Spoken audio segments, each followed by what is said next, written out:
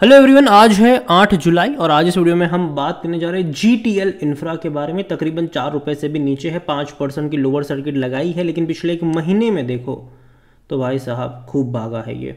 109% का ग्रोथ है, डबल से भी ज़्यादा पैसा बना कर दिया। लगातार हर रोज़ 5% की तेज़ी दिखा रहा था, आज गिरावट की शुरुआत हुई है। यहाँ पर बात करेंगे वीडियो में इस कंपनी के बारे में कि भाई साहब क्यों आई है तेज़ी, भरोसा कर सकते हैं कि नहीं। क्योंकि अगर आप इसका 5 साल का ग्राफ देखोगे तो ऐसी तेज़ी इससे पहले भी यहाँ पर आई थी। 65 पैसे से ऐसा भागा था, 3.5-4 रुपये पर क्या था, लेकिन बाद में हुआ क्या, नीचे ही आया था ये। तो देखिए, वीडियो को शुरू करो उससे पहले अगर आपने अभी तक चैनल को सब्सक्राइब नहीं किया है तो प्लीज़ अभी इसे सब्सक्राइब कर लीजिए, क्योंकि आगे भी बहुत सारे वीडियोज़ हैं जो आपको काफ़ी ज़्यादा हेल्प करेंगे। तो 4 रुपये के आसपास ट्रेड कर रहा है। 5 साल में अगर आप देखोगे तो 400% से भी ज़्यादा की तेज़ी है। ग्राफ इंटरेस्टिंग है। ऐसी तेज़ी जो अभी हम देख रहे हैं वैसी तेज़ी आज से पहले 2021 में भी देखने को मिली थी, और वो भी इसी टाइम पीरियड में आई थी। अगर आप देखोगे तो 2021 में मई से लेकर जुलाई तक तेज़ी थी। यहाँ पर भी अगर आप देखोगे तो मई से लेकर जुलाई तक की तेज़ी है।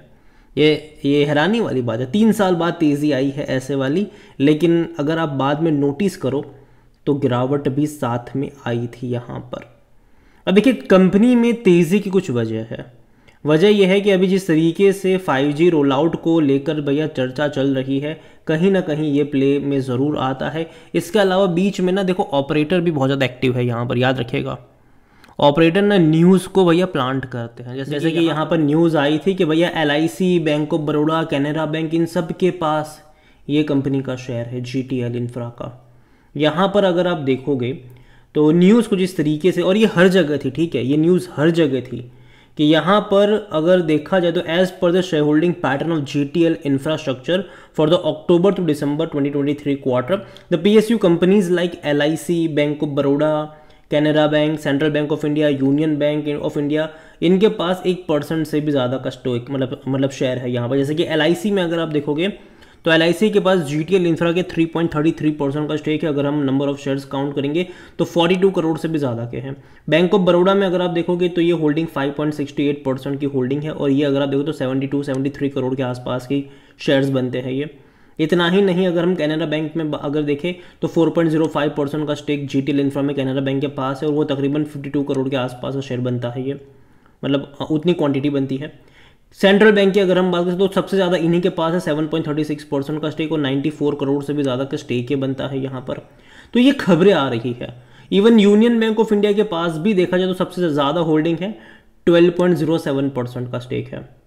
12.07% का स्टेक, कुल मिलाकर 155 करोड़ के आसपास के शेयर्स इन्हीं के पास है। लेकिन हमें ये भी समझना होगा कि भाई साहब, ये जानना भी ज़रूरी है कि ये PSU कंपनीज के पास इतने ज़्यादा शेयर्स कैसे आए।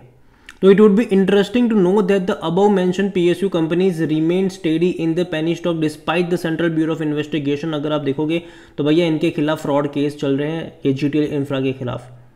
CBI भैया पीछे पड़ी हो इनके, 4000 करोड़ से भी ज़्यादा का फ्रॉड करा है इन्होंने। This was the second FIR that CBI filed against the GTL infra in January 2023। CBI ने है, इससे पहले यहाँ पर 4500 करोड़ के बैंक फ्रॉड को भैया लेकर कंपनी के डायरेक्टर्स के ऊपर FIR वगैरह डाली हुई थी, ठीक है। तो ये भी जानना जरूरी है। It also important to note the PSU bank own stake in the penny stock GTL infra as this shares are cause of the loan default by the company.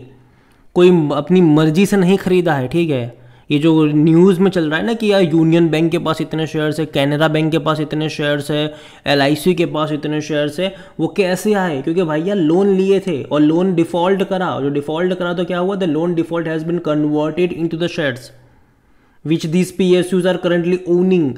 जो इतनी ज़्यादा क्वांटिटी इन PSUs लेकर बैठे हुए हैं वो भैया default करा है लोन का, और उस लोन के ज़रिए कन्वर्ट हो चुके हैं शेयर्स। तो यहाँ भाई आपको जानना ज़रूरी है कि the stock market investors are advise to keep this in mind as share holding pattern just reflect the share own by the company, not the source through which this shares have come from the pocket of the share holder. तो ये जानना ज़रूरी है आपके लिए, क्योंकि देखो हम लोग पता है क्या देखते हैं, जब शेयर होल्डिंग पैटर्न देखते हैं तो कई लोग ये देखते हैं कि भैया यूनियन बैंक के पास इतने सारे शेयर है, 12% का स्टेक लेकर बैठे हुए हैं। कैनरा बैंक इतना ज़्यादा स्टेक लेकर बैठा है, तकरीबन 7.5% का।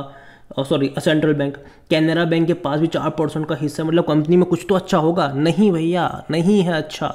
लोन डिफ़ॉल्ट करे हैं और उस डिफ़ॉल्ट का जो पैसा है वो नहीं पे कर पाए, उसी के चलते यहाँ पर कन्वर्ट हुआ है शेयर्स में। क्योंकि मैं पिछले कुछ दिनों से भाई ये चीज़ पढ़ रहा था और कहीं ना कहीं ये चीज़ जाननी ज़रूरी है सबके लिए। और जहाँ तक वॉल्यूम्स देखें तो 46 करोड़ से भी ज़्यादा के शेयर्स यहाँ पर आज ट्रेड होते नजर आए, बड़ी क्वांटिटी में ट्रेडिंग चल रही है यहाँ पर। इसका जो मार्केट कैप है ये 5000 करोड़ से भी ज़्यादा का देखने को मिल रहा है। कंपनी को लेकर अगर हम बात करने जाए तो according to money control user 63% लोग कह रहे खरीदारी करो, 22% लोग कह रहे बेचो और भाग जाओ, यहाँ पर 15% लोग कह रहे होल्ड करो। कंपनी के नंबर्स भी अगर हम देखेंगे तो रेवेन्यू में कोई ग्रोथ नहीं है 5 सालों में, ठीक है। और इवन अगर अब क्वार्टरली परफॉर्मेंस की तरफ अगर हम नज़र करते हैं तो यहाँ पर भी कोई ग्रोथ नहीं, बल्कि गिर रहा है। 377 करोड़ से गिरकर 330 करोड़ के आसपास कहीं देखने को मिला है। प्रॉफिट वाइज अगर आप देखते हो तो लॉस है, हर साल लॉस है। यहाँ पर 200 करोड़ का लॉस लास्ट क्वार्टर में बिक रहा था। सोचिए जो कंपनी का रेवेन्यू 330 करोड़ का है वो भाई साहब यहाँ पर लॉस करे 200 करोड़ के आसपास का, तो ये नंबर अच्छे नहीं हैं। और जहाँ तक वैल्यूएशन की बात करें तो जाहिर सी बात है जब कंपनी प्रॉफिट ही नहीं करी तो इसका जो पी है वो आपको नेगेटिव में ही देखने को मिलेगा। और जहाँ तक कंपनी के, जैसे कि मैंने कहा, क्वार्टरली नंबर्स देखो तो वो उतने अच्छे नहीं हैं, लगातार डिक्लाइन वाला ग्राफ है इनका, रेवेन्यू वाइज भी और प्रॉफिट वाइज भी अगर आप देखते हो तो कंपनी प्रॉफिट में है नहीं, कंपनी लगातार नुकसान में ही है। शेयर होल्डिंग को लेकर देखा जाए तो यहाँ पर आप देख सकते हो कि 3.28% प्रमोटर के पास है, लेकिन सब कुछ गिर भी पड़ा हुआ है, प्रमोटर का कुछ है नहीं है इनके पास।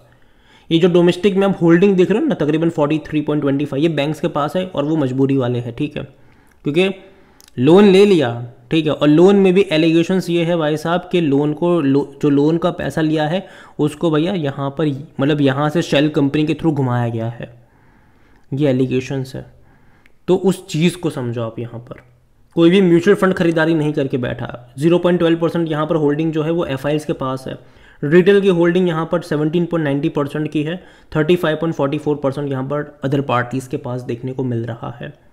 ओवरऑल अगर मैं बात करूँ इस कंपनी को लेकर तो जिस तरीके की तेज़ी 2021 में आई थी और टाइम पीरियड भी तब भी अगर आप देखो तो मई से लेकर जुलाई वाला ही था, और जुलाई से ही गिरना ये स्टार्ट हुआ था, मतलब जुलाई एंड से गिरना ये स्टार्ट हुआ था। तो यहाँ पर भी कुछ ऐसे ही फॉर्मेशन बनते हुए नज़र आए हैं। मैं इतना कहूँगा कि यार मैं भरोसा नहीं करूँ। मैं मानता हूँ कि आने वाले टाइम में 5G 4G को लेकर कई सारी जो कंपनीज़ हैं वो अपनी कैपेसिटी को बढ़ाएंगे, उसको रोल आउट करने की भी कोशिश करेंगे। लेकिन इस कंपनी जहाँ पर भैया CBI भैया पीछे पड़ी है, केस करा हुआ है प्रमोटर के ऊपर, और जहाँ तक देखा जाए तो कंपनी कुछ खास मुझे लगता नहीं है। अगेन ये मेरा पर्सनल ओपिनियन है, कोई भी इन्वेस्टमेंट एडवाइस नहीं है ये। वीडियो को यहीं पे एंड करता हूँ। पसंद आया हो तो लाइक करो, शेयर करो, चैनल पर अगर पहली बार हैं तो प्लीज़ सब्सक्राइब करें। और GTL इंफ्रा के बारे में आप क्या सोचते हैं वो भी आप मुझे कमेंट में लिख के बता सकते हैं। Thank you.